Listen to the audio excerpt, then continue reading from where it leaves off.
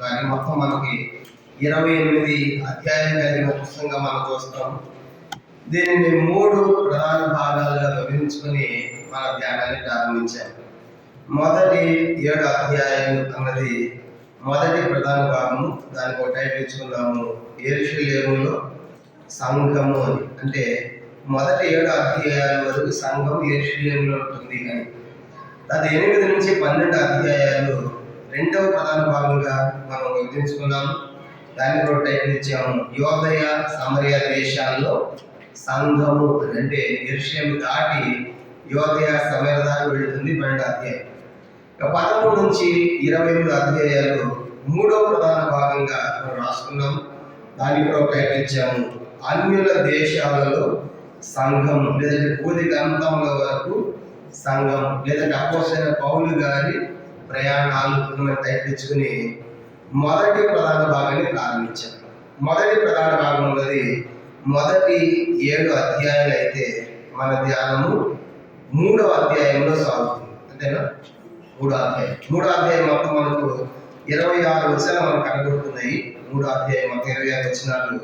దీనిని మనము 3 భాగాలుగా విభజించుకుని 2 భాగాలు ఆల్రెడీ మనం ముగించాం. మొదటి 11 వచనాలు మొదటి సంగతిగా రాసుకున్నాము, బహిరంగ స్వస్థత మొదటి 11 వచనాలు. ఇక 12 నుంచి 16 వచనాలు రెండో సంగతిగా రాసుకున్నాము.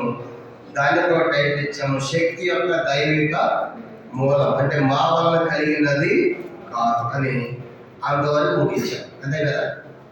ఈరోజు మనం 3వ సంగతి ప్రారంభిద్దాం. 3వ సంగతి అన్నది అపోస్తలుల కార్యములు 3వ అధ్యాయము 17 నుంచి 26 వచనాలు 3వ సంగతి రాసుకున్నాం. ఎందుకంటే అపోస్తలుల దాంట్లో ఇది 7వసారి, కానీ 7వసారి చెప్తున్నాం. చాలా ప్రదేశాలు చెప్తున్నాం కాబట్టి అన్ని కూడా ప్రారంభమే. కానీ ఎక్కడ ఏది ముగించాలో కొడితే కనుక ఆయన ఒకసారి రిమైండ్ చేయడానికి అడిగాను. 3వ అధ్యాయం మనం 2 సార్లు ముగించుకున్నాము. ఈరోజు 3వ సంగతి ప్రారంభిద్దాము. 3వ అధ్యాయము 17 నుంచి 26 వచనాలు 3వ సంగతిగా రాసుకున్నాం.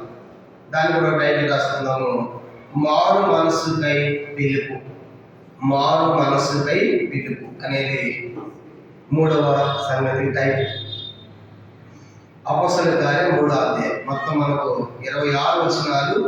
మొదటి 11 వచనాలు మొదటి సంగతి బహిరంగ స్వస్థత. 12 నుంచి 16 వచనాలు రెండవ సంగతి శక్తి యొక్క దైవిక మూలం, మా వల్ల కలిగినది కాదు. 3వ సంగతి 17 నుంచి 26 వచనాలు. దానిలో టైటిల్ మారు మనస్సుకై పిలుపు అని మనం రాసుకుని ప్రారంభిద్దాం.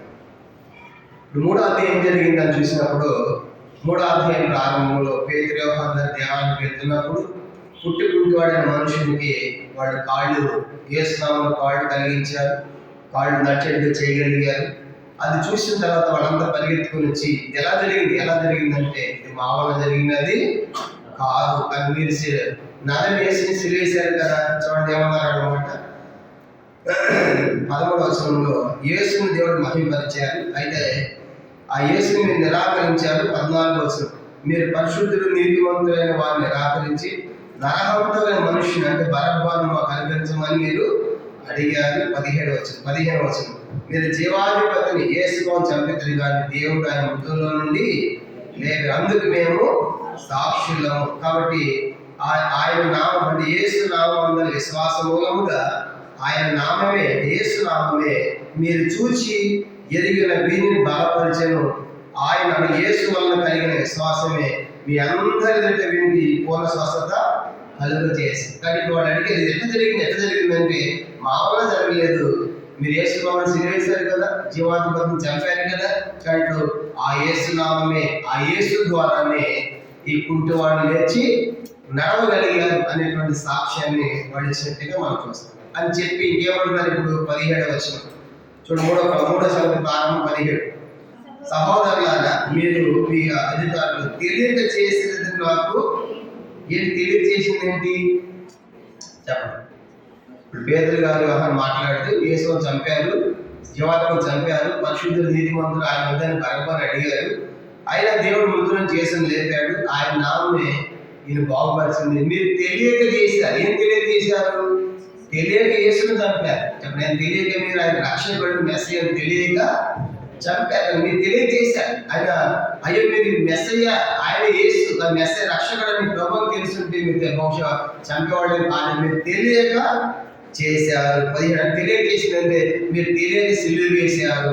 తర్వాత 18 వచ్చింది, అయితే దేవుడు తన క్రీస్తును శ్రమపడుతున్న సమస్త ప్రవర్తనలో ముందుగా ప్రవచనపరిచిన పరిచిన విషయమును ఇలాగా నెరవేర్చి మీరు సిలువేసిన దేవుడు ముందే చెప్పాడు. తను యేసుకోవాలని శ్రమల గుండా వెళ్ళాలని ప్రవక్తలు ప్రవచించారు కదా, ఆయన సిలువేయబడాలని ప్రవచించారు కదా. అలాంటి ప్రవచనాలు ఇప్పుడు మీ ద్వారా ఎలాగో నెరవేర్చబడి మీ ద్వారా జరిగింది. కానీ మీరు తెలియజేశారు, కానీ ఇది జరగవలసి ఉంది మీ ద్వారా జరిగింది అని చెప్పి ఇంకేమంటున్నారు 19 వచ్చిన, ప్రభు సమూహం నుండి విశ్రాంతి కాలం వచ్చినట్లు మీ కొరకు నియమించిన క్రీస్తు యేసును ఆయన పంపినట్లు మీ పాపం తుడిచివేయబడి నిమిత్తము మారు మనసు నుండి తిరుగుడి అని ఏం చెప్తున్నారంటే మీరు తెలియజేశారు. మరి ప్రవక్తలు ముందే చెప్పారు నజరేయుడు యేసు శ్రమపడాలని, అలా శ్రమపడవలసినటువంటి అవన్నీ కూడా మీ ద్వారా నెరవేర్చబడ్డాయి. ఇప్పుడు మీరేం చేయండి, మీరు కూడా మీ పాపం తుడిచివేయడం, మీరు కూడా అయిపోతండి మారు మనసు పొందండి. ఎవరు మారు మనసు పొందాల్సింది? ఇప్పుడు ఇదంతా ఇప్పుడు ఎక్కడ జరుగుతుంది? యెరూషలేము దేవాలయం లోపల. ఎక్కడ ఇదంతా కుంటివాడు బయట ఉన్నాడు. బయట ఉన్న తర్వాత ఆళ్ళు వచ్చిన తర్వాత వాడు నడుచుకుంటూ గింతులేసుకుని లోపలికి వెళ్ళాడు. పేతురు యోహాను ఉన్నారు, కుంటివాడు ఉన్నాడు. ఇంకా దేవాలయం లోపల ఎవరున్నారంట? 4 అధ్యాయం మొదటి వచ్చిన 4 అధ్యాయం మొదటి వచ్చిన మనం చదువుదాము. 4 అధ్యాయం మొదటి వచ్చిన, వారి ప్రజలతో మాట్లాడుతుండగా యాజకులు, దేవాలయం అధిపతులు, సద్దూకయ్యులు, చూసారా వీళ్ళంతా ఉన్నారు. దేవాలయంలో ఉన్నాడ యాజకులు ఉన్నారు, దేవాలయపు అధిపతి ఉన్నాడు, అధిపతి తర్వాత సద్దూకయ్య అని. ఇప్పుడు వారు పొందాల్సింది ఎవరు చెప్పండి? ఎవరి బలం అంటారు? పేతురు యోహాను లోపలటువంటి దేవాలయపు అధిపతులు, యాజకులు, సద్దూకయ్యులు, ఇంకా ప్రజలు కూడా ఉన్నారు. ఇప్పుడు వీళ్ళు ఏం చెప్పారంటే డైరెక్ట్ చెప్పేశారు, నేను జీవాధిపతి చంపాను, యేసుని చంపారు జీవాధిపతి, ఆయన నామమే వీళ్ళు ఏం చేసింది స్వస్థపరిచి లేపింది. మీరు తెలియజేశారు, ఆ పైన తెలియజేసినా సరే ఇక్కడ ముందే చెప్పాడు ప్రవక్త జరగాలని, అలాగే జరిగింది, మీ ద్వారా నెరవేర్చబడింది. అది మీరేం పోదండి ఇప్పుడు వారు మనసు పొంది తిరగడం, యేసు తిరగడం ఊరుకున్నారు వాళ్ళు ఇప్పుడు. కనుక దాని యోధ మతంలో ఉన్నారు. వాళ్ళంతా ఏ మతము? యోధ మతంలో ఉన్నారు. కనుక యోధ మతంలో వాళ్ళకి డైరెక్ట్ గా పిలిపిస్తున్నారు. దేనికోసం అంటే మీరు ఏం పొందాలి? మారు మనసు పొందాలి. 19 చెప్పారు. చూడండి ఏమైంది? మారు మనసు పొందాలని చెప్తున్నారు. 21 వచ్చింది, అన్నిటికీ కుదిరిపోవట కాలం వచ్చినని దేవుడు ఆది నుండి తన పరిశుద్ధ ప్రవక్తల పలికించను. అంతం వరకు యేసు పరలోక నివాసులుంట అవశ్యం. ఆయన అంతం వరకు ఉండే దేవుడు యేసు దేవుడు. కనుక యేసు మీరు చంపారే, ఆయన అంతం వరకు ఉండేటువంటి వాడు ఆయన. అంటే ఆ యేసు గురించి మోషే ఏమన్నాడు?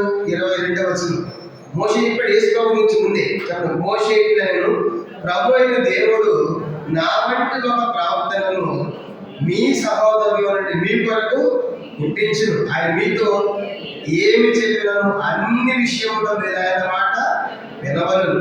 ఆ ప్రవర్తన మాట వినని వాడు ప్రజల్లో ఉండకుండా సర్వనాశనమవును. కానీ మోషే కూడా చెప్పాడు. మోషే మీకు తెలుసు అండి? మోషే మాకేం తెలియదు, మాకు ఎలాంటిది మోషే అంటారు లేదు. మోషే తెలుసు కదా. మోషే కూడా చెప్పాడు నాలాంటి ప్రవర్తన భవిష్యత్తులో మీలో మీ సహోదరులు పుడతాడు, మీ సహోదరులు పుడతాడు, మీరు ఆయన మాట వినాలి.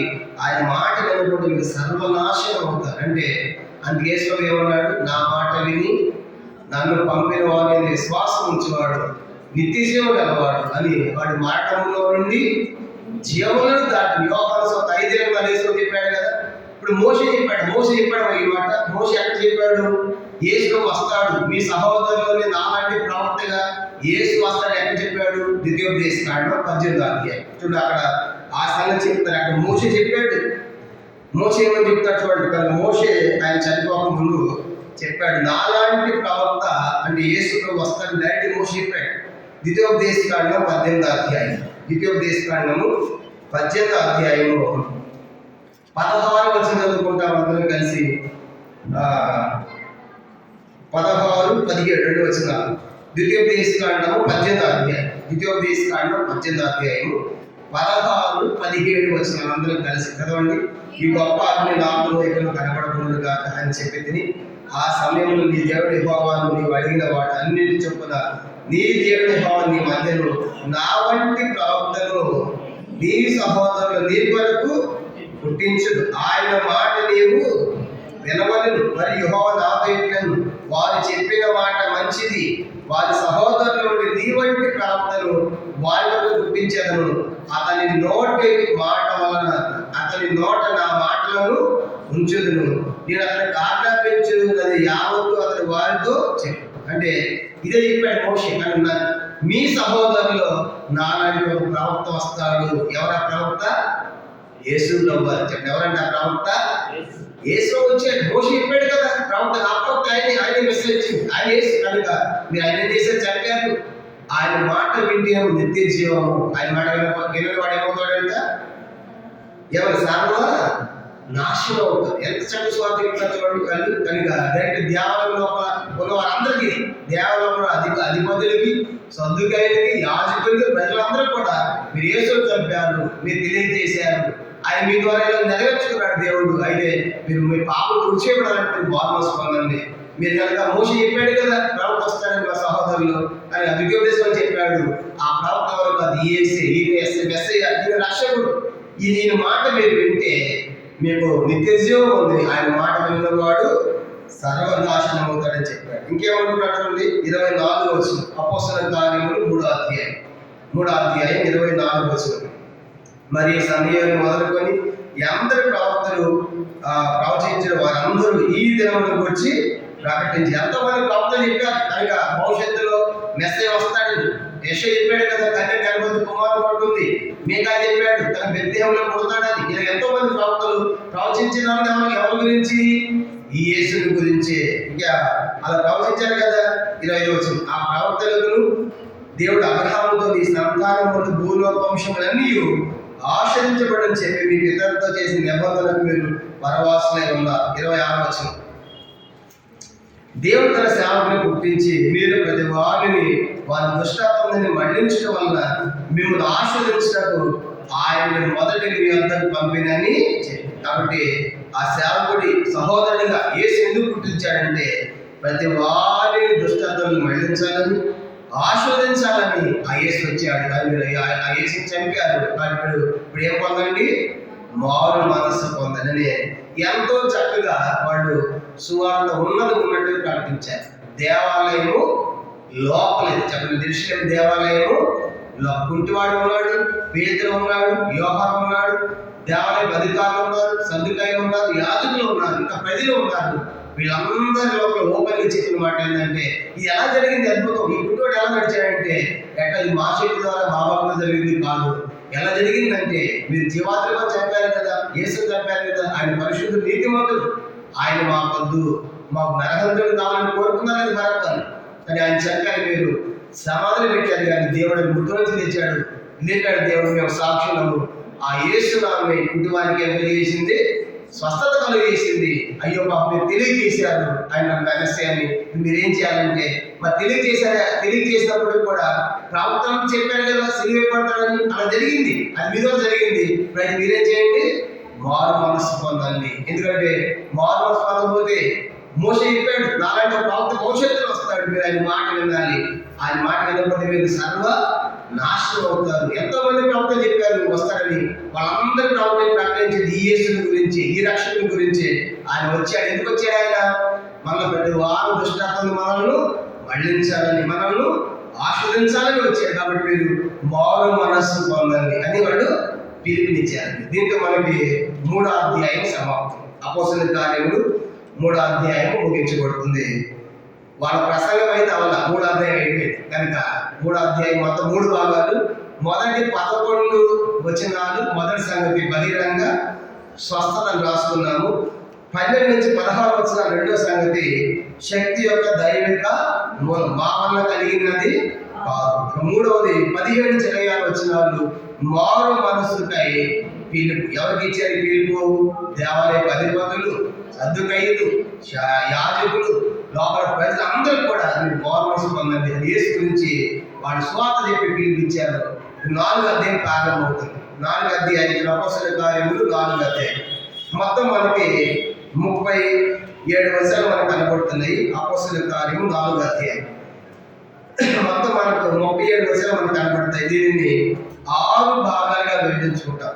4వ అధ్యాయం మొత్తము 6 పార్ట్స్. 4వ అధ్యాయం మొత్తం 37 వచనాలు 6 భాగాలుగా విభజించుకొని ఈ అధ్యాయం మనము ప్రారంభిద్దాం. అపోస్తలుల కార్యములు 4వ అధ్యాయం. 4వ అధ్యాయము మొత్తం 37 వచనాలు. దీనిని 6 సంగతులుగా 6 భాగాలుగా విభాగించుకుని మనం ప్రారంభిద్దాం. మొదటి 3 వచనాలు మొదటి సంగతి. అపోస్తలుల కార్యములు 4వ అధ్యాయము మొదటి 3 వచనాలు మొదటి సంగతిగా రాసుకుందాము. దానికి కూడా టైటిల్ ఇద్దాము. మొదటి 3 వచనాలకు మొదటి టైటిల్, మొదటి సంగతి. సత్యము దగ్గర ఎప్పుడూ మతం ఉంటుంది. సత్యము వర్సెస్ ఆచారము లేదా మతం. సత్యాన్ని ప్రకటిస్తే తప్పనిసరిగా మతాన్ని తీసుకొస్తారు. సత్యము వర్సెస్ ఆచారము లేదా మతం. అంటే సత్యాన్ని ప్రకటిస్తున్నప్పుడు మతము అడ్డు వస్తుంది. ఎక్కడ సత్యం ప్రకటిస్తామో అక్కడ మతాన్ని తీసుకొచ్చి గొడవ చేసేవాళ్ళు ఉంటారు. సత్యం ప్రకటించే కాడ మతం ఎప్పుడు పోరాటమే. సత్యానికి మతానికి ఎప్పుడు పోరాటమే. రాసుకోండి. సత్యానికి ఎప్పుడు మతము పోరాడుతూనే ఉంటుంది. సత్యం దగ్గర సత్యము వర్సెస్ ఆచారము లేదా మతం. ప్రారంభిద్దాము. 4వ అధ్యాయం ప్రారంభం. అపోస్తలుల కార్యము 4వ అధ్యాయం మొదటి వచనం చదవండి. వారు ప్రజలతో మాట్లాడుచుండగా, అంటే ఇంకా అయిపోవాలి అని చెప్పేది. ఇంకా 3వ అధ్యాయం కంటిన్యూషన్ ఇది. 3వ అధ్యాయం అయిపోవాలి, మాట్లాడుతూనే ఉన్నారు. వారి ప్రజలతో మాట్లాడుచుండగా యాజకులను దేవాలయ అధిపతి సద్దుకయ్యులను వారి ప్రజలకు బోధించుటయు యేసును బట్టి మృతులలో నుండి పునరుత్థానం కలుగుని ప్రకటన చూసి కాలమరపడి వారి మీదకి వచ్చి. అని గమనించామంటే 3వ అధ్యాయంలో వాళ్ళ ప్రసంగము అయిపోయిందా? అయిపోయినా ఇంకా చెప్తానే ఉన్నారు. అనగా వాళ్ళ ప్రసంగం ముగించబడలేదు, మాట్లాడుతూనే ఉన్నారు. ఏమని మాట్లాడుతున్నారంటే చెప్పారు కదా, యేసు చంపారని ఎవరు చెప్పుకుంటూ వచ్చేవారు కదా. వాళ్ళు ఏం ప్రకటించారని చివరికి 2వ వచనం చెప్పాడు. ప్రజలకు బోధిస్తారు ఏమని? యేసును బట్టి మృతులను పునరుత్థానము కలుగుతుంది అని చూసి, అంటే యేసు నమ్మిన వారు చనిపోయిన లేస్తారు. యేసు లేచాడు, మీరు యేసుని చంపారు, ఆయన తిరిగి లేచాడు. ఆ యేసు నమ్మిన వారు పునరుత్థానం ఉంది, మీరు యేసు నమ్మండి అని ప్రార్థిస్తూ ఉంటే వాళ్ళ మీదకి ఏం చేశారంటే కలవరపడి వాళ్ళ మీదకి వచ్చారు. 3వ వచనం. వారిని బలాత్కారంగా పట్టుకొని సాయంకాలం అయినందున మర్నాటి వరకు వారిని కావలిలో ఉంచింది. ఎవరిని కావలిలో ఉంచింది? పేతురు, యోహాను. దానికి ఎందుకు వాళ్ళు కావాలంటే చేస్తారు, జైల్లో పెట్టారు.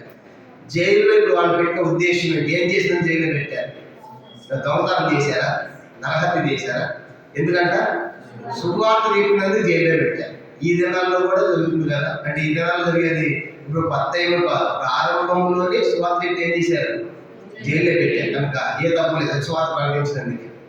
కానీ ఇప్పుడు ఈ మాట ప్రకటించారు. ఇంకా ఎవరెవరు ఉన్నారు? ఎవరెవరు అంటారు? మొదటి వచ్చినారు యాజకులు ఉన్నారు. మొట్టమొదటి ఎవరు చెప్పండి? అంటే వాళ్ళు యోగా మతాన్ని పాటిస్తారు, యాజకులు ధర్మం చేస్తారు. యాజకులు ఉన్నారు, దేవాలయకు అధిపతులు ఉన్నారు. తర్వాత సద్దుకాయలు ఎవరంటే యూదులే. సద్దుకాయలు కూడా ఎవరు? మొత్తం యూదులు చాలా తగిన. పరిసయ్యులు యూదులే, సద్దుకాయలు యూదులే, శాస్త్రులు యూదులే, జలోకయులు యూదులే. ఇవన్నీ బైబిల్ మనకు కనబడుతుంది. వీళ్ళంతా యూదులే. యోధ మాత్రమే పాటించింది, కానీ వాళ్ళ సిద్ధాంతాలు వేరుగా ఉంటాయి. వాళ్ళ సిద్ధాంతాలు క్రైస్తవులు చూడండి, క్రైస్తవులు కూడా ఎన్నో శాఖలు. బైబిల్ అందరికీ ఒకటి, యేసు దేవుడు ఒకటి, కానీ పద్ధతులు మాత్రం ఎన్నో ఉన్నాయి కదా. కానీ ఎవరి సిద్ధాంతాలు వాళ్ళే. కనుక ఎవరి ప్రిన్సిపల్స్ వాళ్ళకు ఉంటాయి. మా సిస్టమ్ ఇది, మా నాయకులు చెప్పి ఎలాగ చేస్తాం. మేము సంవత్సరం ఒకసారి మళ్ళిస్తాం, నెలకోసారి మళ్ళిస్తాం, మేము ప్రతి వారం ఇస్తాం. ఎన్నో మనకి శాఖలు లేదు క్రైస్తవులు. అట్లా యూదుల్లో కూడా సద్దుకాయలు, శాస్త్రులు, పరిసయ్యులు, జలోకయులు వీళ్ళంతా యూదులే అని వాళ్ళ సిద్ధాంతాలు లేదు. ఇప్పుడు ఇక్కడ ఉన్న వాళ్ళు ఎవరంటే సద్దుకాయలు ఉన్నారు. ఎవరున్నారు వాళ్ళు? సద్దుకాయల సిద్ధాంతం ఏంటి అని ఆలోచించినప్పుడు బైబిల్లో మత్తయి సువార్తలో చూస్తాము. యేసు టైంలో వచ్చి ఒక సద్దుకాయలు అడుగుతారు. ఒక స్త్రీ ఉంది కనుక, ఒక 7 పురుషులు ఉన్నారు కనుక, మొదటి వాడు చనిపోయాడు, తర్వాత ఆ భార్యను పెళ్లి చేసుకున్నారు. అక్కడ 2వ వాడు 3వ వాడు 7 మంది చనిపోయారు. చివరికి ఇవి ఎవరికి బాధ్యత అవుతుందని అడిగారు. అప్పుడు యేసు అన్నాడు, పరలోక రాజ్యంలో పెళ్లి చేసుకోవడానికి పెళ్లికి ఇవ్వడాలు ఏమి కూడా ఉండవు, అందరూ దేవదూతల వల్ల దేవుని కుమారుల వల్లే ఉంటారని చెప్పాడు. అంటే అప్పుడు ప్రభు మాట్లాడాడు, మీరు లేఖనంలో ఏ విధంగా పొరబడుతున్నారని ప్రభు చెప్పాడు. అంటే సద్దుకాయలు ఏంటంటే పునరుత్థానాన్ని నమ్మరు. సద్దుకాయలు ఏమి నమ్మరు? అని చనిపోయిన తర్వాత లేస్తాను నమ్మరు, పరిశుద్ధాత్మని నమ్మరు, దేవదూతల్ని నమ్మరు, ఆత్మను నమ్మరు. ఇవన్నీ కూడా పరిశీలి సద్దుకాయలు సిద్ధాంతం. కానీ ఇప్పుడు సద్దుకాయలకి వెళ్ళి పునరుత్థానం నమ్మరు కాబట్టి, అంటే చనిపోయిన వారు లేస్తారని నమ్మరు కాబట్టి వాళ్ళ దగ్గరికి వెళ్ళి చనిపోయిన లేచారని అనుకోండి, లేస్తారంటే వాళ్ళ కోపం వస్తుంది కదా. మా సిద్ధాంతం చెప్తావా? మా యూదులు మా సిద్ధాంతం ఏంటి?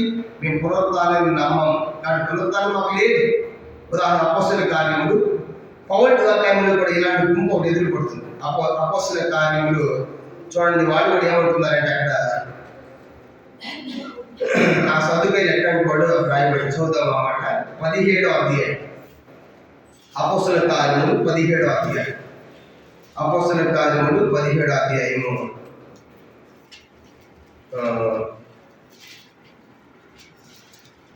క్షమించండి 23వ అధ్యాయం అపోస్తల కార్యం 23వ అధ్యాయం చూద్దాం. అపోస్తల కార్యములు 23వ అధ్యాయము 7-8 వచనాలు చదువుకుంటాం. 7-8-9 వచనాలు. అపోస్తల కార్యములు 23వ అధ్యాయము 7-8-9 వచనాలు.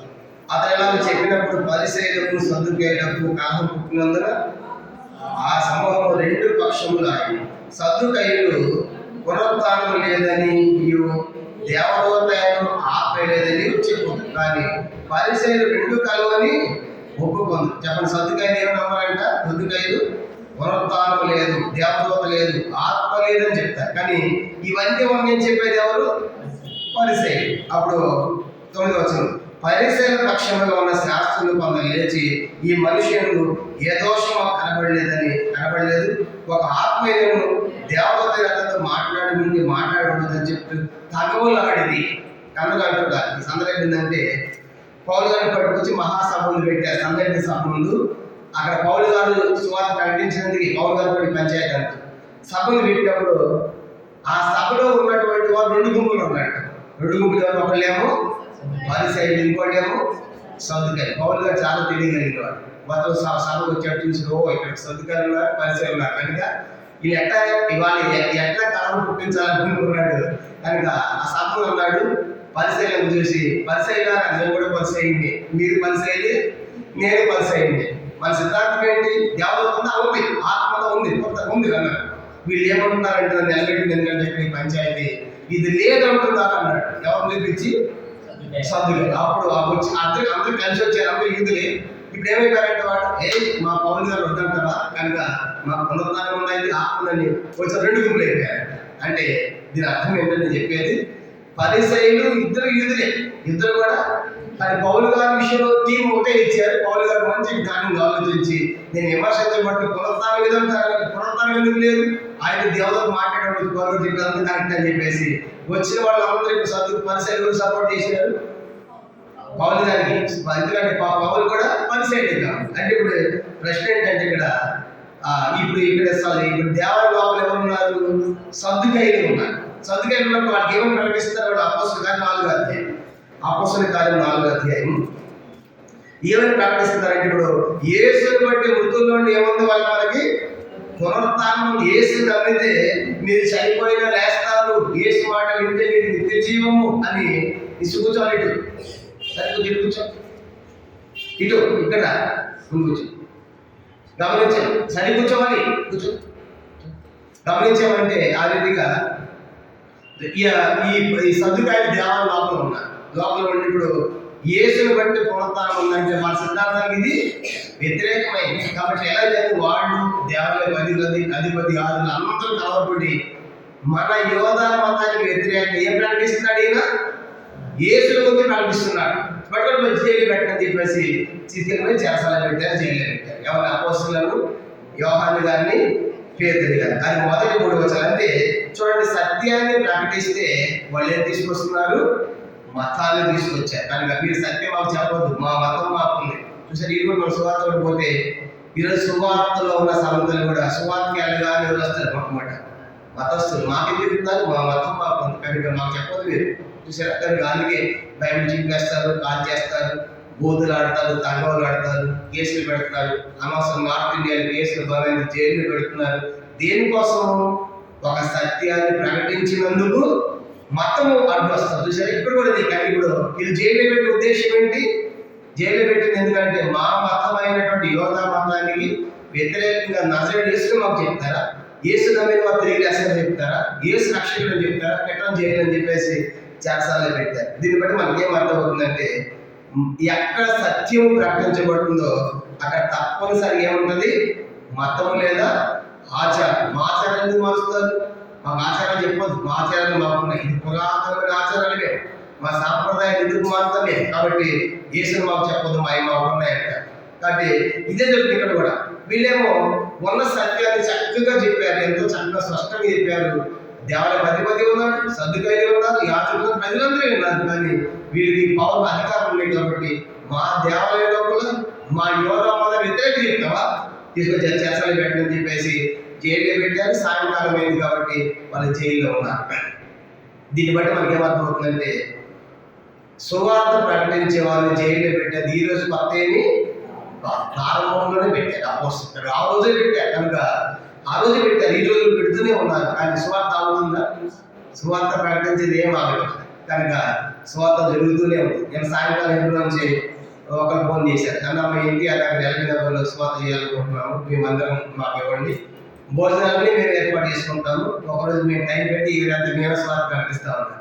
సరే మీరు వస్తానికి భోజనం పెడతాం, లేదు భోజనాలు ఏముంది కనుక చూసుకుంటాము, ఆలోచిద్దాం, ప్రార్థన చేద్దాం అంటే మనమే అభ్యర్థులు అయినట్టు మనం చేసిన బట్టి వాళ్ళు వస్తా ఉంటే ఎప్పుడో నుంచి టీం వస్తాను వద్దని ఎందుకన్నా, సరే మీ భారం మీకు వాళ్ళకి తాళం వచ్చింది, మేము రావాలని ఆశ ఉందంటే సరే ప్రార్థన చేయండి, వస్తే మాకు అభ్యంతరం ఏం లేదు, అందరం ఇస్తాము. కనుక ఇక్కడ అన్ని సెట్ చేసుకుంటారు, బైబిల్స్ అన్ని కూడా వెళ్ళి సువార్త ఇస్తారు అన్నమాట. అంటే ఎన్ని అభ్యంతరాలు సువార్త ఇవ్వట్లేదు ఆగట్లేదు. అది నా ప్రశ్న. వీళ్ళు సువార్త ప్రకటించే వారు సంఖ్యలు చేస్తున్నారు, జైలు చేస్తున్నారు, బేడి చేస్తారు. కానీ సువార్తకి ఎవరు బేడీలు వెళ్ళిపోతున్నారు, ఈ సువార్త ఎవరు ఆపలేకపోతున్నారు చూసారా. కనుక సువార్త ప్రకటించే వారికి సేవకుల సంఖ్యలు ఉన్నాయి, సేవలు జైల్లో ఉన్నారు. కానీ సువార్తకి ఏం లేవు సంఖ్యలో. జైల్లో వెళ్తున్నారు వాళ్ళని, జైల్లో ప్రకటిస్తున్నారు కదా.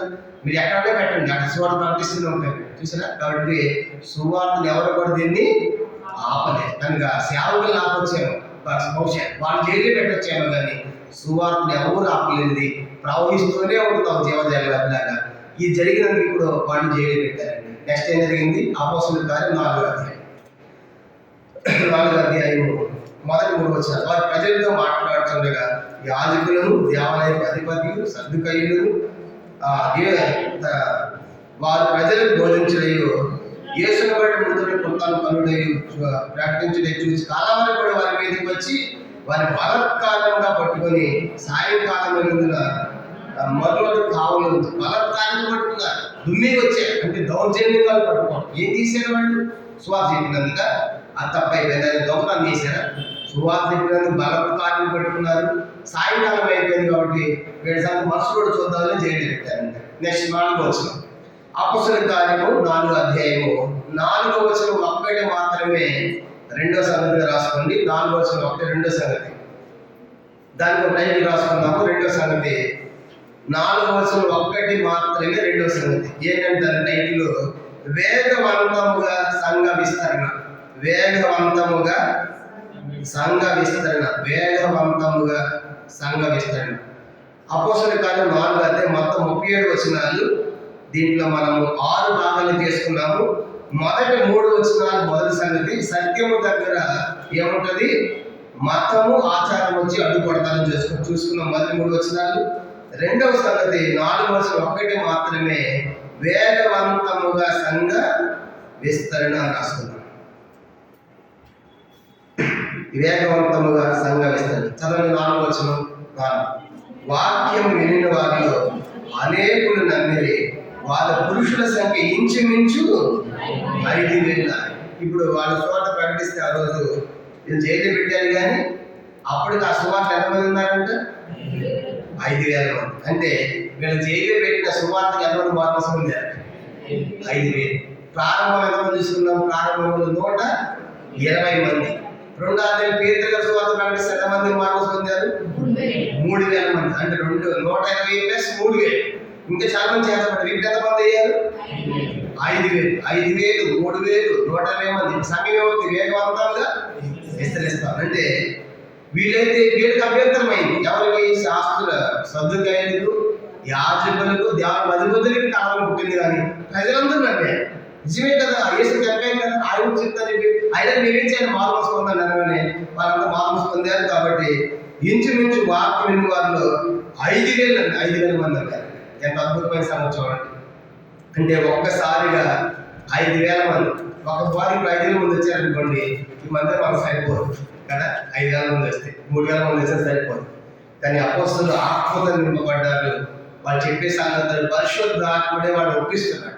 పరిశుద్ధాత్ముడు ఏం చేస్తున్నాడు? వాడిని చెప్పేది వీళ్ళు కూడా మనుషులే, మనలాంటి మనుషులే. కానీ వాళ్ళు వెనకాల పనిచేసింది ఎవరు? పరిశుద్ధాత్మ దేవుడు వాళ్ళు చెప్పించినప్పుడు ప్రజలు ఒప్పించినప్పుడు ఆ రోజు ఎంత గొప్ప సువార్త దేవాలయం చెప్పారు. దాదాపుగా ఆ దినం ఇది విన్నటువంటి వాళ్ళు 5,000 మంది ఒక్కసారి సంఘంలో చేర్చబడ్డారు. ఇప్పుడు సంఘం చూడండి, 120 ప్లస్ 3,000 ప్లస్ 5,000. కానీ ఒక్కసారిగా ఎంత స్ప్రెడ్ అయిపోతా ఉంది. అలాగా అయిపోయేటప్పటికి 6 అధ్యాయం వచ్చినప్పుడు చాలా మంది 6 అధ్యాయం మొదలు వచ్చింది. అపోస్తలుల కార్యము 6 అధ్యాయం మొదలు వచ్చింది. ఆ దినముల్లో శిష్యుల సంఖ్య విస్తరించుచున్నప్పుడు. కాబట్టి ఏమయ్యారంటే ఇంకా 6 అధ్యాయం వచ్చినప్పుడు ఏమైపోయారంటే అందరూ శిష్యులైపోయారు. శిష్యులు అయిపోయారంటే ప్రతి ఒక్కరు స్వార్థ చెప్పేవాడు. శిష్యులైపోయారు, విస్తరిస్తున్నారు. అంటే సంఘము దినదినానికి ఏమవుతుందంట? 9వ అధ్యాయము అపోస్తలుల కార్యం 9వ అధ్యాయం 31వ వచనం. 9:31 ముందు పోయే వాళ్ళు సంఘంతో లెక్క 9:31 కావున యోదయ గలిలయ, యోదయ దేశం, గలిలయ దేశం, సమరయ దేశముల అనంతట సంఘము క్షేమాభివృద్ధి నుండి సమాధానం కలిగి ఉండేది. మరి ప్రభువునందు భయమును పరిశుద్ధాత్మ ఆకటి కలిగి నడుచుకొని విస్తరించుచుండేది. సంఘము యోదయలో, గలిలయలో, సమరయలో ఆయన దేశాలంతా కూడా క్షేమాభివృద్ధి పొందుతుంది. సమాధానంతో పరిశుద్ధాత్మతో నింపబడి విస్తరించుచుండెను. అంటే చూసారా, కనుక అపోస్తలులు చేసలో పెట్టొచ్చాము కానీ సువార్తను ఎవరు కూడా ఆపలేదు. దీంతో మనకు రెండో సంఘం ముగించబడింది. రెండో సంగతి అన్నది వేగవంతముగా సంఘ విస్తరణ అన్నది రెండో సంగతి అయిపోయింది. ఇక మూడో సంగతి 5 నుంచి 12 వచ్చిన అపోస్తలుల కార్యములు 4వ అధ్యాయం రండి. 5 నుంచి 12 వచనాలు. ఇప్పుడు వాళ్ళు జైలు పెట్టింది ఎందుకంటే యాజకులు, సద్దుకాయలు, దేవగదులు మమ్మల్ని మానసం అంటారా, మమ్మల్ని వేసి నమ్మంటారా అని చెప్పేసి జైలు పెట్టారు. ఇప్పుడు ఏం జరిగింది? 5 నుంచి 12 వచనాలు మూడో సంగతిగా రాసుకున్నాం. 5 నుంచి 12 వచనాలు మూడవ సంగతిగా రాసుకున్నాము. దానికి కూడా ఒక టైటిల్ రాసుకున్నాం, దైవిక పునాది. దైవిక పునాది. పునాది ఒకటే ఉంటుంది. ఆ పునాది దగ్గరికి అందరూ రావాలి. ఆ పునాది యేసుక్రీస్తు. దైవిక పునాది అని రాసుకున్నాం. 5 నుంచి 12 వచనాలు దైవిక పునాది. చూడండి, ప్రారంభిద్దాము. 5వ వచనం అపోస్తలుల కార్యములు 4వ అధ్యాయం 5వ వచనం చదవండి. మరునాడు వారి అధికారులను, పెద్దలను, శాస్త్రులను యెరూషలేములో కూడుకొని మా ప్రధాన యాజకుడైన అన్నయ్య, కయపయు, యోహాను, అలెగ్జాందరును, ప్రధాన యాజకులు బంధువులందరూ వారితో కూడా ఉండి చాలు. మరునాడు అంటే ఆ రాత్రి జైలు పెట్టారు. మరుసటి రోజు ఉదయం అన్నారు, తెల్లవారింది. మరుసటి రోజు ఉదయం ఎవరికి అధికారులు వచ్చారు. అధికారులు అంటే ఎవరంటే అధికారులు అంటే సన్హెడ్రిన్ మహాసభ. అధికారులు అంటే ఎవరు చెప్పండి? సన్హెడ్రిన్ అనే మహాసభ. యూదులకి ఒక సభ ఉంది. ఆ సభ పేరే, దాన్ని సువార్తలు కూడా మహాసభ అని పిలిచారు. యేసు టైంలో కూడా ఆ సభను నిలబెట్టారు. దాన్ని ఏమంటారంటే సన్హెడ్రిన్ మహాసభ అంటారు. అంటే సభది అంటే 70 మంది సభ్యులతో కూడిన యూదుల సభ. 70 మంది సభ్యులతో కూడిన యూదుల సభ. దాంట్లో అనుమతి చేసే పని అని కూడా ఒక సభ్యుడు. దాంట్లో ఆయన తప్పించాలని చూసి వేసిన వారిని విడిపించాలని చూసిన ఆయన మెజార్టీ సరిపోవాలి. ఒక్కడైపోయాడు, మిగతా అంతా ఒకటే పక్షం అయిపోయారు కాబట్టి ఆయన విడిపించలేకపోయారు. దాన్ని మహాసభను పిలిచారు. ఉదాహరణగా మార్కు సువార్త 15వ అధ్యాయం ఒకసారి చూద్దాము. అధికారులు అంటే ఆ సభ అధికారులు. మార్కు సువార్త 15వ అధ్యాయం మార్కు సువార్త 15వ అధ్యాయం మొదటి వచనం చూడండి. 15వ అధ్యాయం మొదటి వచనం. యేసు వారు కూడా ఈ సభను నిలబెట్టారు. మార్కు సువార్త 15వ అధ్యాయం మొదటి వచనం. ఉదయం కాగానే ప్రధాన యాజకులు, పెద్దలు, శాస్త్రులు, మహాసభ వారందరూ కలిసి ఆలోచన యేసుని బలిని తీసుకుని పోయి పిలాతులకు మహాసభతో, ఆ మహాసభ ఏంట మహాసభ అంటే సన్హెడ్రిన్ మహాసభ. ఇది యూదులు 70 మంది సభ్యులతో కూడిన సభ. ఇది చాలా పవర్ఫుల్ సభ. బాగా చదువుకున్న వాళ్ళు, హైలీ ఎడ్యుకేటెడ్స్ ఉంటారు ఈ సభలో. తర్వాత ఈ సభంతర నాయకుడు ఎవరంటే ప్రధాని గారు. సభంతర నాయకుడు ఎవరు అంటే ప్రధాన యాజకుడు ఏం చెప్తే అది చేయాలన్నమాట. అంటే దీనికి ఫుల్ పవర్ ఉంటుంది ప్రధాన యాజకుడు. ఒక మాట చెప్పాలంటే ఈ సభ ఎట్లా ఉంటుందంటే మన సుప్రీంకోర్టు లాంటి. సుప్రీంకోర్టుకి వెళ్ళామనుకో కేసు కోసము, ఇంకా అది ఆర్డర్ ఇచ్చిందా సుప్రీంకోర్టుకి ఎక్కడ కూడా మిగతా ఏమి కూడా చెల్లవు. అది ఫైనల్ అన్నమాట. అంటే సుప్రీంకోర్టు చెప్పింది మిగతా కింద కోర్టులు అన్నీ కూడా వింటాయి. అందుకే అట్లాగే సుప్రీంకోర్టుతో సమానం. ఏ సభ? సన్హెడ్రిన్ మహాసభ. దీనికి ప్రధాన అధికారి ఎవరు? ప్రధాన యాజకుడు. కనుక 70 మంది చర్చిస్తారు. ఫైనల్ చివరి డెసిషన్ ఎవరిదంటే ప్రధాన యాజకుడు. ఆయన ఏం చెప్తాడు అది చేయాలన్నమాట. ఇప్పుడు ఆ సభ వాళ్ళు వచ్చారు. ఆ సభ మొదలైనటువంటి అధికారులు అంటే ఆ సభ వాళ్ళు, తర్వాత పెద్దలు, తర్వాత శాస్త్రులు యెరూషలేములో కూడుకున్నారు. తర్వాత వారిలో ప్రధాన యాజకుడైన అన్నయ్యులు, కైపయు, యోహాను, అలెగ్జాండరు, ప్రధాన యాజకుడు బంధువులు అందరూ వాటితో ఉంటున్నారు. చెప్పా కదా, ప్రధాన యాజకుడు ముఖ్యమని చెప్పా కదా, వాళ్ళు నా ప్రధాన యాజకుల ఫ్యామిలీతో వచ్చారు. అన్న ఉన్నాడు, కైప, ఆ అల్లుళ్ళు, మా మామూలు వాళ్ళిద్దరు కూడా ఉన్నారు. కేశవ టైంలో కనపడతారు వాళ్ళు. వాళ్ళిద్దరు ఉన్నారు. యోహాను, అలెగ్జాండరు, ప్రధాన యాజకుల బంధువులు అందరూ కూడా వారితో కూడా ఉన్నారు. ఒక మాట చెప్పాలంటే ఇప్పుడు ఆ సంఘటన సభ, పెద్దలు, ప్రధాన యాజకుల బంధువులు అంతా ఇష్టం వచ్చారు. వచ్చి ఏం జరిగిందంటే ఇళ్ళ స్వాత ప్రకటించారు. నేను జైలు పెట్టాము, వీళ్ళ గురించి ఆలోచించాలన్నప్పుడు ఏం జరుగుతుంది? 7వ వచనం. అపోస్తలుల కార్యములు 4వ అధ్యాయం 7వ వచనం. వారు పేతురును, యోహానును మధ్యను నిలవబెట్టి మీరు ఏ బలము చేత ఏ నామమును బట్టి దీనిని చేసిద్దరని అడగగా. చెప్పండి. ఇప్పుడు వాళ్ళు ఏం చేస్తారంటే వాడిని మధ్యలో నిలబెట్టారు. మధ్యలో పెట్టి మీరు ఏ నామముతో, ఏ నామము ద్వారా ఏ బలం చేత దీన్ని చేశారు. ఏం చేశారు వాళ్ళు? అలా చేసింది ఏంటి? స్వార్థ కాదు. కాళ్ళు లేని వాళ్ళ సంగతి అడుగుతున్నారు. కనుక కాళ్ళు లేని వాళ్ళ సంగతి చెప్పిందా స్వార్థ చెప్పారు. మీరు చేసినట్టు చేసిన అద్భుతం ఏంటి? కుంటువాడికి ఏం తీసుకొచ్చారు? కాళ్ళు ఇచ్చారు కదా, కాళ్ళు లేపారు కదా. అది ఎట్లా చేశారు? దాని సందర్భం ఇది. ఆ కుంటువాడి గురించి స్వార్థ చెప్పారు వీళ్ళు. కనుక అది మీరు అది ఎట్లా చేశారు? కనుక ఆ కుంటువాడిని మీరు ఎట్లా లేపగలిగారు? ఏ నామంలో చేశారు, ఏ బలంగా చేశారు అని అడుగుతున్నారు. ఎవరు అడుగుతున్నారు? సన్హెడ్రిన్ సభ వారు, శాస్త్రులు, పెద్దలు అందరూ ఉన్నారు. వాళ్ళందరూ పేతురు మధ్యలో నిలబెట్టారు. మధ్యలో పెట్టి మీరు ఎట్లా చేశారు, ఇది ఎంత తెల్లది, ఆ కుంటువాడిని ఎట్లా లేపారు, కనుక ఎట్లా చేశారు, ఏ నామంలో చేశారు, ఏ బలంతో చేశారు అని చెప్పారు. ఇప్పుడు దేవాలయంలో వాళ్ళు స్వార్థ చెప్పారు. ఇప్పుడు చెప్పమంటారా?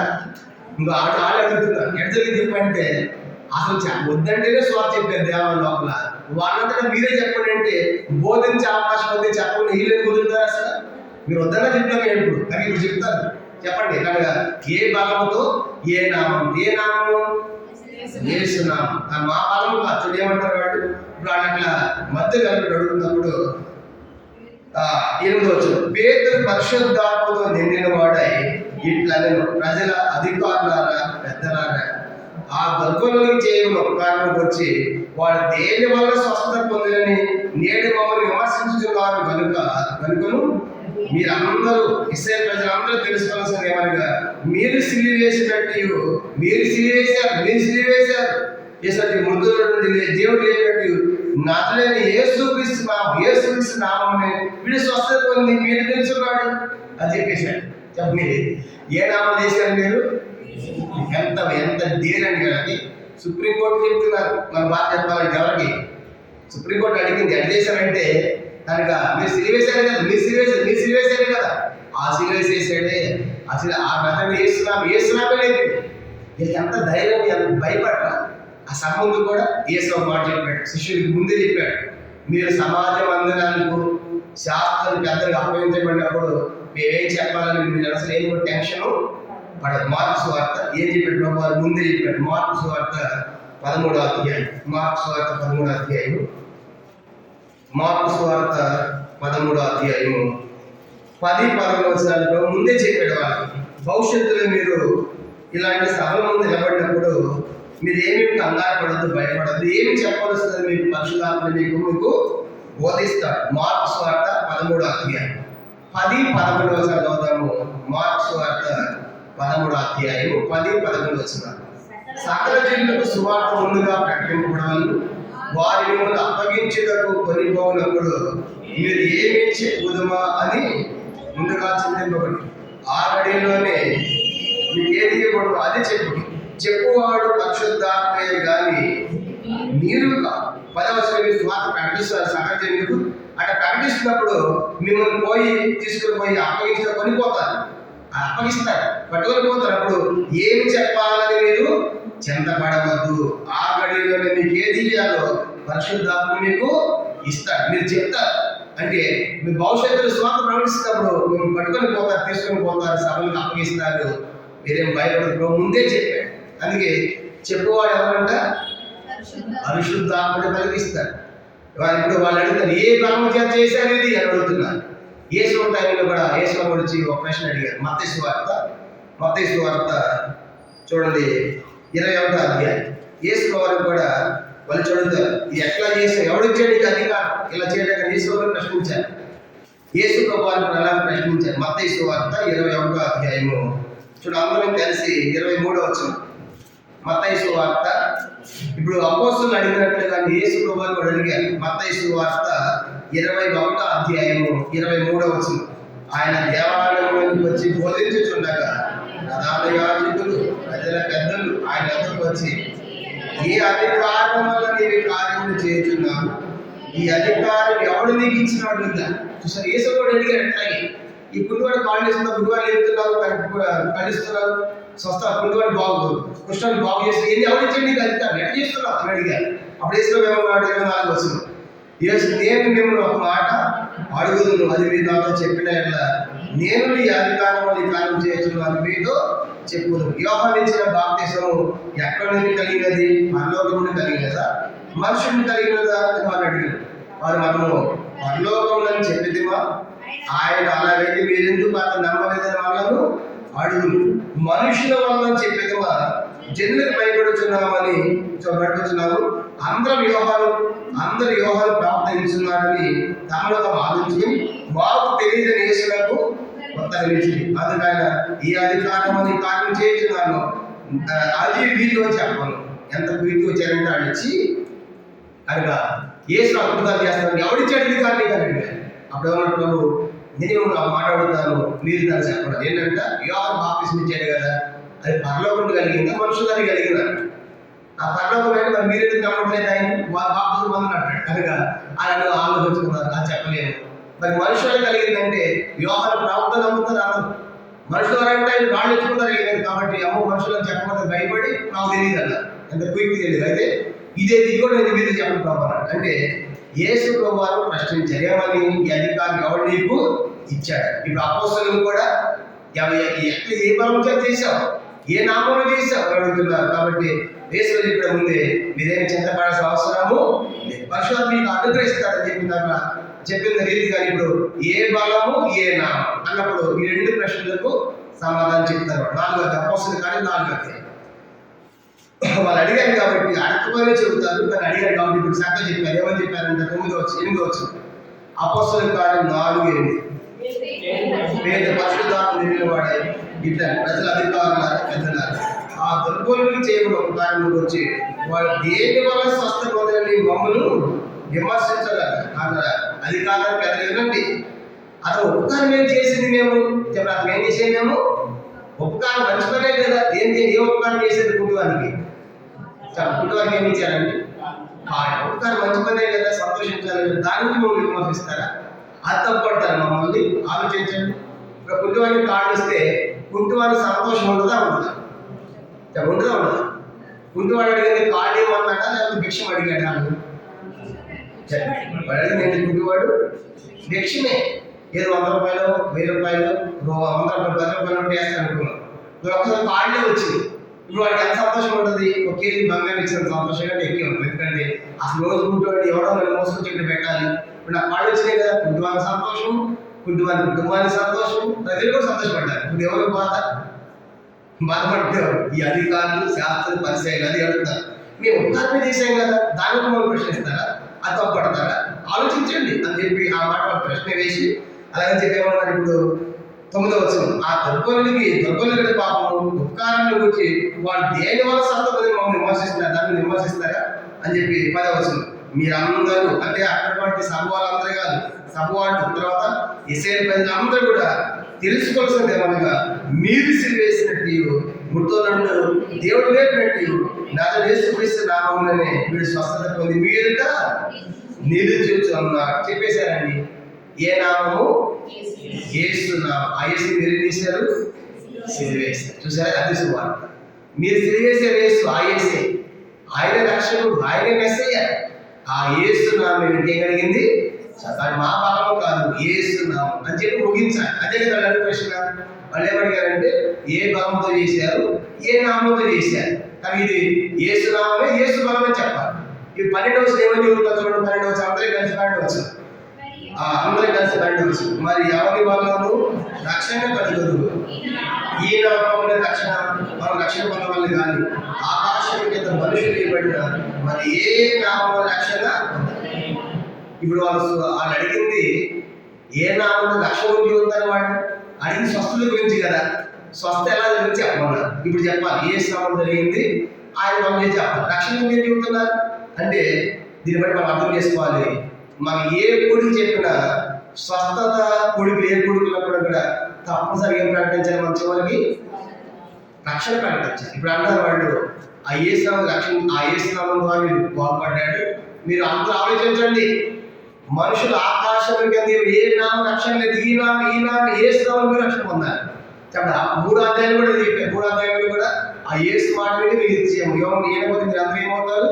సర్వనాశనం అవుతారు. కానీ యేసు మాట మీద ఇప్పుడు ఏమన్నారంటే మీరు సిలువేశారే, ఆ యేసు నామం స్వస్థత కలిగింది అని చెప్పి ఇప్పుడు వాళ్ళు అడిగింది స్వస్థత గురించి అడిగితే ఏం చెప్తున్నారు వాళ్ళు? ఇప్పుడు రక్షణ కూడా చెప్తున్నారు. చెప్పండి, ఏం చెప్తున్నారు? రక్షణ కూడా చెప్తున్నారు. అలాంటి రక్షణ అడిగారా? అడగల. కానీ మనం చెప్పాల్సింది ఏంటంటే రక్షణ గురించి కూడా చెప్పాలి. అందుకే చూడండి, మన సహవాసంలో చచ్చిపోయిన రోజు కూడా ఏం చెప్తాము? సువార్త. పెళ్ళి ఎప్పుడు ఏం చెప్తాము? సువార్త. ప్రతి పూటకి ఏంటి?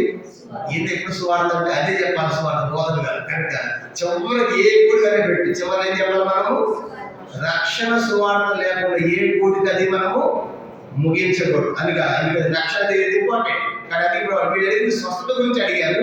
ఏ భాగం ఏ నామం అంటే ఏ స్థానంలో కూర్చోవాలి. ఇప్పుడు ఏం చెప్తారంటే మన ఆకాశం మీద మనుషులు ఏమంటే ఏ నామో రక్షణ లేదు, మీకు కూడా రక్షణ ఈ నామమే. ఏ నామము?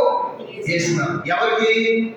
సభవాళ్ళకి, సన్హెడ్రిన్ సభవాళ్ళకి, శాస్త్రులకు, అధికారులకు, పెద్దలకి. కనుక వాళ్ళు కూడా ప్రకటించి మీరు కూడా ఈ నామం రక్షణ పొందాలి, ఈ యేసు నామం మీకు కూడా రక్షణ అని చెప్పగానే ఎంత ధైర్యం ఉండాలో ఆలోచించండి. కాబట్టి ఆ రీతిగా ఏం జరిగిందంటే అంటే ఇది అర్థం ఏంటంటే దైవిక పునాది ఎందుకు కట్టించామంటే ఆ పునాది యేసు క్రీస్తే, ఆయన ద్వారా తప్ప మనుషులు ఎక్కడ రక్షణ లేదు. అందుకే 1 కొరింథీ పత్రిక 3వ అధ్యాయంలో రాయబడింది ఆ పునాది యేసు క్రీస్తు. 1 కొరింథీ పత్రిక 3వ అధ్యాయం, 1 కొరింథీ పత్రిక 3వ అధ్యాయం, 1 కొరింథీ పత్రిక 3వ అధ్యాయం 11వ వచనం చదువుదాం. 1 కొరింథీ పత్రిక 3వ అధ్యాయం 11వ వచనం, వేయబడిన తప్ప మరి పునాది ఎవడు వేయలేరు, ఈ పునాది యేసు క్రీస్తే. కాబట్టి పునాది ఒక్కటే ఉంటుంది. ఇంటికి పునాదులు ఎన్ని ఉంటాయి చెప్పడం? ఇంటికి పునాది ఒక్కటే. కాబట్టి ఒక్కడే దేవుడు. కానీ ఇప్పుడు ఆ పునాది దగ్గరికి రావాలి. ఆ పునాది యేసు క్రీస్తే. కానీ ఇప్పుడు వాళ్ళు స్వస్థత చెప్పారు, దాంట్లో ఏం చెప్పారు? వాళ్ళు రక్షణ కూడా చెప్పారు. అందుకే మనం కూడా ఏం చెప్పాలి చెప్పండి? అడిగిన ప్రతిసారి అన్నిటి చెప్పిన చివరి ఏం చెప్పాలి? మనము రక్షణ. మీకు రక్షణ కూడా వేస్తున్నామండి. ఈ నామం తప్ప వేరొక నామము లేదు అని మనము చెప్పాలనేది మనం నేర్పిస్తున్నారు అపోస్తలులు. దీంతో మనకి 3వ సంగతి ముగించబడింది. ఎన్నో సంగతి చెప్పండి? 4వ అధ్యాయం, అపోస్తలుల కార్యం 4వ అధ్యాయం 5 నుంచి 12 వచనాలు 3వ సంగతిగా రాసుకున్నాం కదా, అది ముగించబడింది. 4వ సంగతి కూడా చూద్దాము. 13 నుంచి 22 వచ్చిన అపోస్తలుల కార్యములు 4వ అధ్యాయము 13 నుంచి 22 వచనాలు 4వ సంగతిగా రాసుకున్నాం. అపోస్తలుల కార్యములు 4వ అధ్యాయము 13 నుంచి 22 వచనాలు 4వ సంగతిగా రాసుకున్నాము. దానికి ఒక టైటిల్ రాద్దాము, అపోస్తలుల ధైర్యం. అపోస్తలుల ధైర్యం. అపోస్తలుల ధైర్యం. పరిగెత్తము. కానీ ఇప్పుడు ఏం జరిగిందంటే ఆ సభ వాళ్ళు అడిగారు, ఎక్కడ ఏసునామని చెప్పారు. ఆ బలము ఆయన బలము, ఆయన బలంతో జరిగింది. అలా ఏసు సిరివేసారు కనుక అది మీరు ఇస్రాయేల్ అందరూ తెలుసుకోవాలి. ఆయన నామంలో మీకేముంది? రక్షణ ఉందని చెప్పారండి. ఇప్పుడు 13వ వచనం చూద్దాం, చూడండి. వారు పేతురు యోహాను ధైర్యం చూసినప్పుడు వారి విద్యలేని పావులను గ్రహించి ఆశ్చర్యపడి వారు యేసుతో కూడా ఉండిన వారని గుర్తెరిగిరి. ఇప్పుడు సభలు చూసి ఆశ్చర్యపోతున్నారు. మీకు ఎంత ధైర్యము చెప్పండి. వాడు స్వార్ చెప్పింది ఎవరికి? సంఘటన సభకి. వాళ్ళు ఏమైనా చేయగలరు చెప్పే కదా. వాళ్ళు అన్ని అధికారులు వాళ్ళకి పవర్ఫుల్ అని చెప్పారు. సుప్రీంకోర్టు లాంటిది. అట్లాంటి మాకు చెప్తారు సువార్త. ఈ నామం రక్షణ, ఏసు నామం రక్షణ అని చెప్తారా? మీకు ఎంత ధైర్యం అని చూస్తే వాళ్ళు చదువు లేని వాళ్ళంట. వాళ్ళు ఎంతకంట విద్య లేని, మీరు చదువులో వీళ్ళేమో బాగా చదువుకున్న వాడు, సభలో ఉన్నవాడు కనుక హైలీ ఎడ్యుకేటర్స్. ఎంత చదువుకున్న వాళ్ళకి చదువు లేని వాడు ఏం చెప్పారు? స్వార్థ చెప్పారు. కాబట్టి స్వార్థ చెప్పడానికి పెద్ద చదువు అవసరం. అర్థమైంది. దీన్ని బట్టి ఏం చేయాలి? మనము ఎంత పెద్ద చదువుకున్న వాళ్ళకి ఏం చెప్పచ్చు? మనము స్వార్థ చెప్పాలి. ఇది దేశంలో ఇచ్చిన అధికారం. కాబట్టి అందుకే స్వార్థ చెప్పాలని బాగా చదువుతో పని లేదు. కనుక చదువు లేని వారు, విద్య లేని పాపములు బాగా చదువుకున్న స్వార్థ చెప్తే వాడు చూసి మీకు ఎంత ధైర్యము అంటే వాళ్ళ భాషలో పట్టబడితే మీకు అక్షరం ఒక్క రాదు, మాకే చెప్తారా అన్నట్టు అన్నమాట. ఆ ధైర్యం వీళ్ళు ఆశ్చర్యపోతారు. మీకు ఎంత ధైర్యం మాకు చెప్తారు. ఆశ్చర్యపడి ఏం చేస్తున్నారు? 14 వచ్చి వీళ్ళు ఏసుతో కూడా ఉన్నారని గుర్తించారు. కనుక అప్పుడు అర్థమైపోయింది. మీకు ఎంత ధైర్యం ఏంటంటే అప్పుడు ఏసుతో తిరిగారు కదా మీరా అని అనుకున్నారు. 14 వచ్చి స్వస్థ పొందిన మనుషుడు వారితో కూడా నిలిచి చూసి ఏమి ఎదురు చెప్పలేక. ఇప్పుడు చూడండి, అలా చూడాలి. కుంటువానికి కాళ్ళు వచ్చిన వాడు నిజమా కాదా? వాడి మధ్యలో ఉన్నాయి. ఎక్కడ వాడు? దేవాలయం బయట ఉన్నవాడు అంత సంఘం మధ్యలో ఉన్నాడు. వీడు కాళ్ళు రాలేదు అన్న చూపిస్తాడు. కాళ్ళు చూపిస్తున్నాడు. ఇప్పుడు నోటి తెలియాలి. వాడి ఒప్పుకోవాలి. నిజమే జరిగింది. ఎంత ఒప్పుకోవాలి? ఇదే కాదని ఎట్లా చెప్పాలి? ఇప్పుడు అని ఆలోచించుకుంటున్నారు. ఎందుకు ఎదుర్కోదంటే ఇక ఆలోచించాలి. ఒక సత్యాన్ని గుర్తించి సత్యముగా దాన్ని ఏం చేయలేకపోతారు? వాడు అంగీకరించలేకపోతారు. చూడండి, కనుక సత్యాన్ని సత్యముగా నిజమే కదా అని సత్యమే కదా. వాడికి బయట వాడు కదా కాళ్ళు లేక ఇంటి ఎట్టున్నాడు. వాడు కాళ్ళు వచ్చినాడు, వచ్చిందని చెప్పలేకపోతున్నారు. ఎదురుగా చూచి కూడా నమ్మలేకపోతున్నారు. ఏమొచ్చిందో నాకు మధ్యలో మతం అడ్డు వచ్చింది. ఏంటంట? మా యువత మతం. కాబట్టి గొప్పది. ఇప్పుడు అదే నమ్మితే ఎట్లా మేము అది? ఇప్పుడు మతం అంటే కొన్నిసార్లు మతంలో వాళ్ళు ఏం చేస్తారంటే మత పిచ్చి పట్టిన వాళ్ళు సత్యాన్ని నమ్ముతారు. అద్భుతాలు కొంతమంది అద్భుతాలు నమ్మి కూడా వాళ్ళు ఏం చేసి చెప్పండి, ఏసవని ఏం చేయరు. ఆ దళిత తన వచ్చేది అంతే. మా మతం అన్నట్లుగా వాళ్ళు ఎదురుగా చూస్తున్నారు. ఎదురు చేసి ఈ అద్భుతం జరగలేదు అని చెప్పడానికి వీళ్ళు ఎదుర్కొన్నారు. ఎదురుకొని చూస్తున్నారు. ఏం జరుగుతుంది చూడండి. 14 వచ్చిన స్వస్థ పొందిన మనుషుడు వారితో కూడా నిలిచి ఉండటం చూసి ఏమి ఎదురు చెప్పలేక పోయింది. కనుక ఏం చెప్పి అర్థం కాక 15 వచ్చిన అప్పుడు సభ వెలుపలికి ఉండని వారికి ఆజ్ఞాపించి తమలో తాము ఆలోచన చేసి ఈ మనుషులు మనం ఏమి చేయదము, వారి చేత ప్రసిద్ధమైన సూచక్రియలు చేయబడుతున్నదని యెరూషలేములో కాకుండా వారందరికీ స్పష్టమే. అది అది జరగలేదని చెప్పజాలము. అయినది ప్రజల్లో ఇంకా వ్యాప్తికై ఇక మీదట ఈ నామమును బట్టి ఏ మనుషులతో నేను మాట్లాడకూడదని మనం వారిని బెదిరి పెట్టవాలని చెప్పుకునేది. చాలు. ఇప్పుడు ఏం చేశారంటే ఆ కుంటివాడు బయట ఎదురుగా ఉన్నాడు. చూస్తుంటే కాళ్ళు వచ్చింది. ఒక గేటు బయట ఉన్నాడు. ఇప్పుడు కాళ్ళు వచ్చి నిజమే అని చెప్పలేక ఏం చేద్దామని ఈ అపోస్తలు నిలబెట్టారు కదా, మీరు కాసేపు బయటికి పోండి అన్నాడు. ఎవరిని?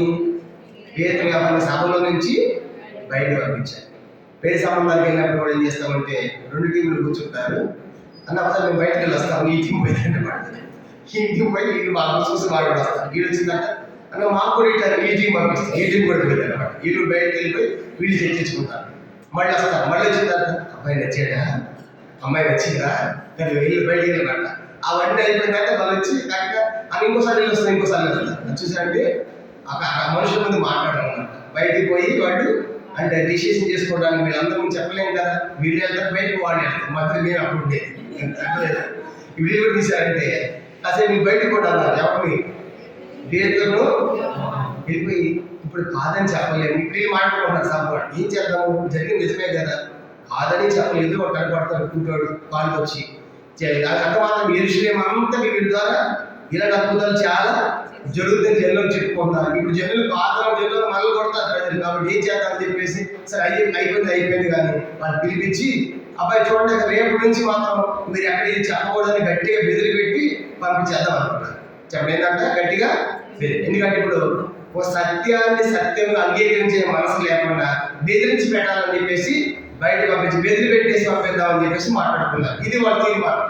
ఇప్పుడు సభ తీర్మానం ఏంటి, జరిగిందే ఒప్పుకోలేక ఇక దాన్ని అంగీకరించలేక చేసేదేమి లేక జరిగింది అయిపోయింది కానీ ఇంత క్లోజ్ చేసి ఇక మీద మీకు ఇలాంటిది కూడా ఏ శ్రావణుని ఎక్కడ చెప్పకపోండి అని చెప్పి పంపించారు. ఇంకో ఏం చేస్తాను చెప్పండి, మనం పట్టుకున్నారు చేస్తాను పెట్టారు ఇక రేపు చెప్పదంటే నమస్తే సార్ చాలా థ్యాంక్స్ వెళ్ళిపోతాం, మళ్ళీ ఎక్కడ తిరిగి చూడకుంటాం కదా, ఎక్కడ చెప్పి వెళ్ళిపోతుంది సార్ ఈ ప్రజే గారు బలపడ ప్రస్తుతం వద్దంటే ఏం చేస్తారు కానీ వాళ్ళు ఏమంటారు చూడండి. కనుక వాళ్ళు చేస్తారు రాత్రి చేస్తారు జైల్లో ఉన్నారు, పొద్దున పూట అందరు పిలిచారు గట్టిగా బెదిరించున్నారు. కనుక ఇక మీరు చెప్పారంటే ఈసారి బాగుందని చెప్తే వాళ్ళ నుంచి పంపిస్తున్నారు. అప్పుడు వాళ్ళనే మాట్లాడి 4వ అధ్యాయము 18 వచ్చు అందరూ కలిసి 4:18 అప్పుడు వారిని పిలిపించి మీరు యేసునామం బట్టి ఎంత మాత్రము మాట్లాడకూడదు బోధింపకూడదని వారికి ఆజ్ఞాపించింది. కానీ అప్పుడు కొంతమంది అందుకు పేతురును